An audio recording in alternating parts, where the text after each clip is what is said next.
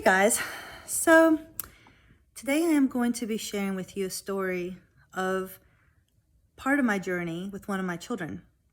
It has been something that I wanted to share with you from the very beginning, but I wanted to be prepared because I get emotional when I talk about this topic.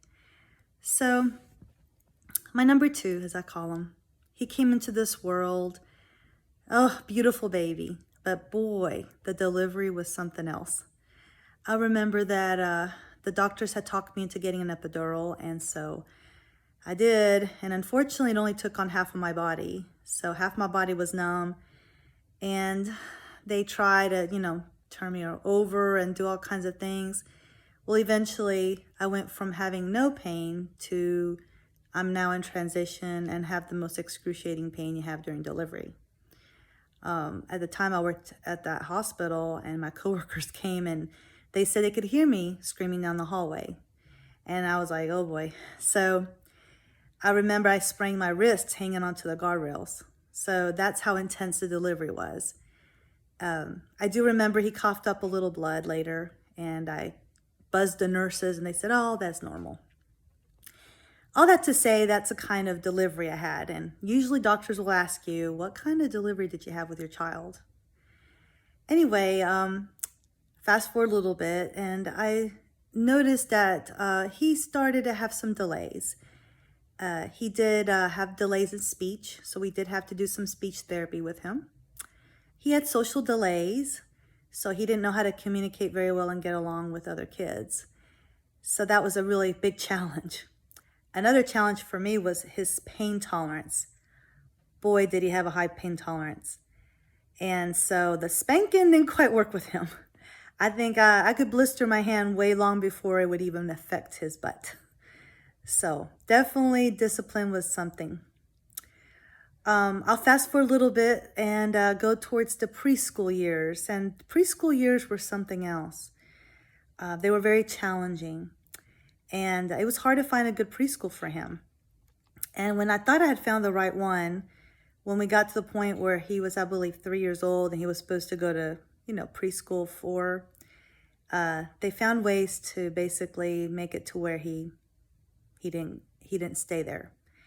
I'm not going to talk negatively about this place, but let's just say that they found a good way to get rid of him, and they did. And so now I was left with a child and had no preschool for him.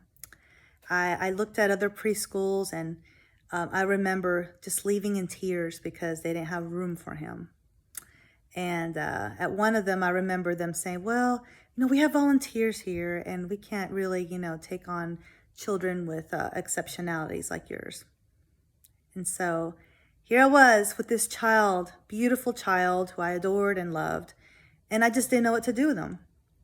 And so I did the best I could under the circumstances, not knowing what was going on. So we get to kindergarten, and oh boy, he had a very rough time because, first of all, he stopped taking naps at age 3, so that was an issue. And so whenever it came nap time, they, of course, the teacher would make him lay there, and he would start making noises. I remember that the teacher would say, yeah, he's keeping the other kids awake and making noises and grunting and doing whatever, just all kinds of different things. And suggestions of, letting him read a book did not work. She would not go for that because she said that all the other kids would have to do it as well. So anyway, needless to say, kindergarten was really, really difficult for us. I got to the point where finally I volunteered to see what was happening, and I saw some things I didn't like. This teacher was being cruel to a lot of the children, degrading them and shunning my child, putting him in a corner. And so I decided to go ahead and pull him out. Now let me back up a second. This same teacher, just to give you an illustration of what she did, had the kids in circle time, instructional time, carpet time, I believe is what they called it. And I was there in the room. She asked a question, and the kids, were silent for a moment. She called on a kid, and we'll call him Johnny. Johnny didn't know the answer, and she said, You know, Johnny, you should know this by now. This is your second time in kindergarten. She said that to the entire class, and I'm there in the room. So a teacher like that, if they act like that in front of you, I can only imagine what they did behind the scenes when nobody was watching. So I felt compelled. Mama Bear mode kicked in, and I felt compelled to do more. I asked for a meeting. At that meeting, I was told that my child would not be able to read, that he needed to be in a self-contained classroom for his benefit. They even told me, oh, this is a wonderful place for your child. Well, I went to the school with a self-contained classroom that they were referring to, and I was shocked at what I saw. I saw severely autistic kids who could not talk. A lot of them were nonverbal. I saw kids with Down syndrome. I saw kids that were not potty trained. This is the type of classroom that they wanted my child to go to. And I thought to myself, I was like, that doesn't seem right, but let me talk to the teacher. So I talked to the teacher and I explained the situation. And she said what I thought. She said, it doesn't sound like your child belongs here. So I did the only thing I knew to do at the time, and that was to pull him out of school and homeschool him. That was the best decision I ever made in my entire life. I made a lot of mistakes, but that was the one thing, if I could go back in time, I would never change. In 1 month, I taught my child to read. Yeah, 1 month. And by the time that we were done with that, kindergarten year, we had gone through first grade curriculum. We probably could have gone through second, but I wasn't in any rush to get him through the school stuff. I wanted to work more on the social skills and things like that. He had a lot of therapies at the time. He did a little bit of occupational, and we did a little bit of other types of therapies. Now, finally, I'm going to fast forward. We get him tested. He gets tested for PDD-NOS, pervasive developmental disorder. Basically, it's a catch-all. It told me nothing. And so I was so frustrated because I just did not know what to do. I didn't know what was going on with my child. Well, during one of his speech therapy sessions, the therapist told me, you know what? You should check into the school that I know about. It's called Churchill Academy. And I was like, Churchill Academy? That's right by where I live. Like, really? Like, right there. And so I check into it, and sure enough, it was the school for my child. I had these preconceived notions of the school being just for like severely autistic or really severely handicapped or disabled kids for some reason. I had no idea. And when I walked in the school and I saw the bright kids and how happy they were and the teachers, I was so like shocked. And it's a small building, but it goes from kindergarten all the way through 12th grade. And so I was like, okay, let's get the ball rolling on this and let's get him there. So following year, first grade, I enrolled him. And let me tell you, the rest is history. But I will share one thing that happened in the beginning. So remember, this is a child that was going from one preschool to the other, gets kicked out from one school to the next. And I'm driving along, and this is his first week of school, may have been the second or third day of school. I get a phone call, and it's the school. And it's not only the school, but it's a principal of the school, the director. It's a private school, so they called her a director.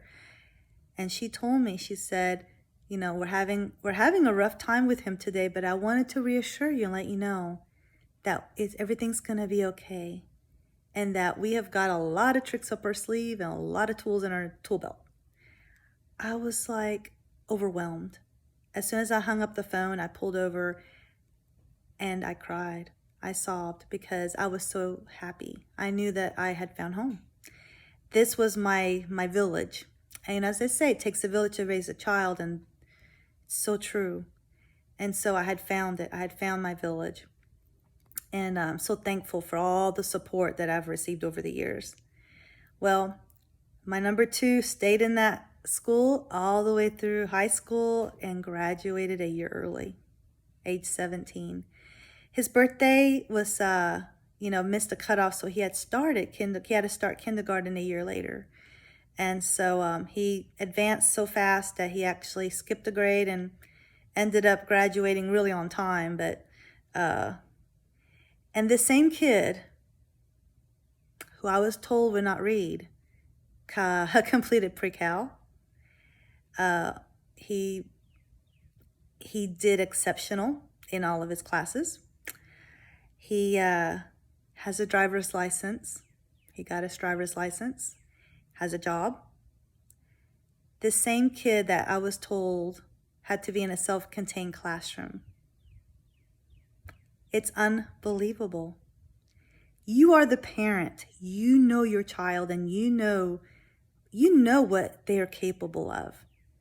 Deep down inside, you know their limitations. You know what their limitations are. And when someone tells you otherwise, that mama bear or the papa bear kicks in, and there's nothing that can stop us. Nothing.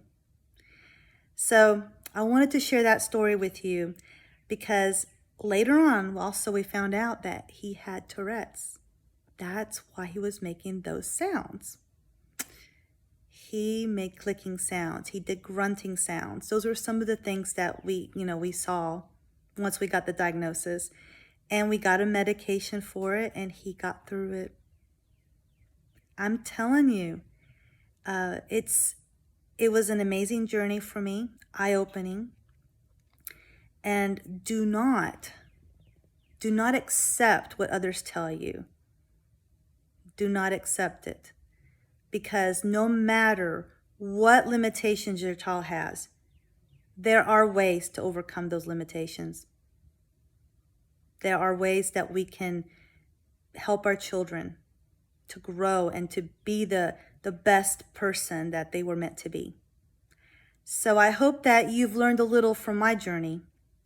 It's not over, and I have other stories to share with you, but I want to wish you luck on your journey. Until next time, bye.